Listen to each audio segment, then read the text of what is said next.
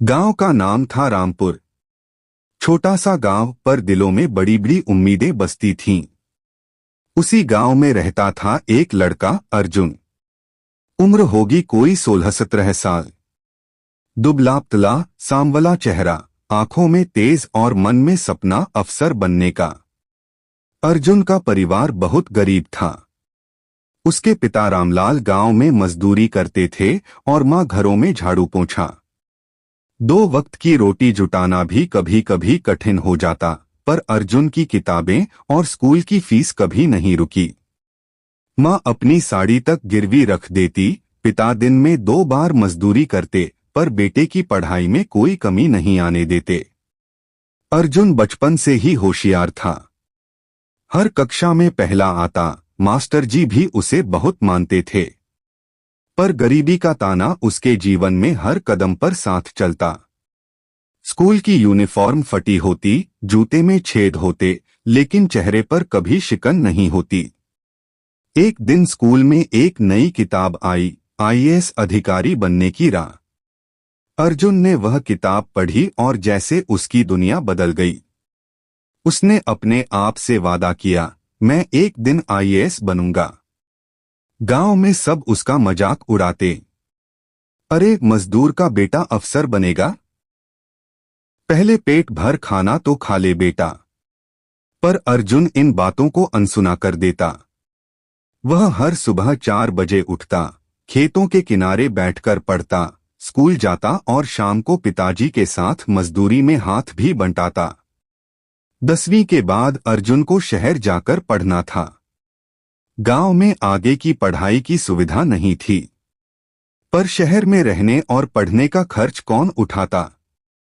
पिता की आंखें भर आईं, बेटा, हम कोशिश करेंगे, पर हो सकता है कि आगे तुझे खुद ही कुछ करना पड़े। अर्जुन ने मन में ठान लिया कि वह शहर जाएगा। उसने गांव के सरपंच से बात की, जिन्होंने एक कोचिंग संस्थान में अर्जुन की फीस माफ करवाई और एक किराए का कमरा दिलवाया। वहां अर्जुन दिन में पढ़ाई करता और रात में ढाबे पर बर्तन धोता। कई बार भूखे पेट सो जाता, कई बार पैरों में छाले पड़ जाते, पर वह किताबें नहीं छोड़ता। उसके कमरे की दीवारों पर चिपके थे, सपने देखने वालों की हार नहीं होती, आईएएस अर्जुन कुमार। 12वीं में टॉप किया अर्जुन ने, पर असली परीक्षा अब थी, सिविल सेवा की तैयारी। कोचिंग के पैसे नहीं थे, इसलिए पुराने नोट्स से पढ़ता, लाइब्रेरी में घंटों बैठता। कई बार उसे नींद तक नहीं आती, पर सपना उसे सोने नहीं देता। पर एक दिन खबर आई, पिता की तबीयत बहुत खराब है। अर्जुन तुरंत गांव पहुंचा। पिता को अस्पताल ले जाना पड़ा। दवाइयों के लिए पैसे नहीं थे। अर्जुन ने अपनी पढ़ाई के लिए जमा किए सारे पैसे पिता के इलाज में लगा दिए। मां ने रोते हुए कहा, बेटा, अब पढ़ाई छोड़ दे, तू कहीं नौकरी कर ले। तेरा सपना बहुत बड़ा है, पर हमारा हाल देख। पर अर्जुन ने मां के हाथ थामे। मां, एक बार मुझे मौका दे दो, मैं कुछ कर दिखाऊंगा। 1 साल और बीत गया। अर्जुन ने फिर से तैयारी शुरू की। अब उसकी पढ़ाई और मेहनत दोनों दुगुनी हो गई थी। वह दिन में 8 घंटे ढाबे पर काम करता और रात में 12 घंटे पढ़ता। अंत में वह दिन भी आया, यूपीएससी का रिजल्ट निकला। अर्जुन का नाम पहले ही पन्ने पर था, ऑल इंडिया रैंक 7। पूरा गांव झूम उठा। वही लोग जो अर्जुन का मजाक उड़ाते थे, आज मिठाइयां बांट रहे थे। मां बाप की आंखों में आंसू थे, पर ये आंसू गर्व के थे।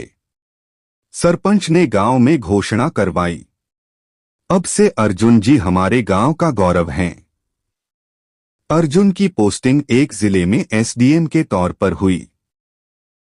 अब वही अर्जुन जो कभी ढाबे पर बर्तन धोता था, सरकारी गाड़ी में बैठता था।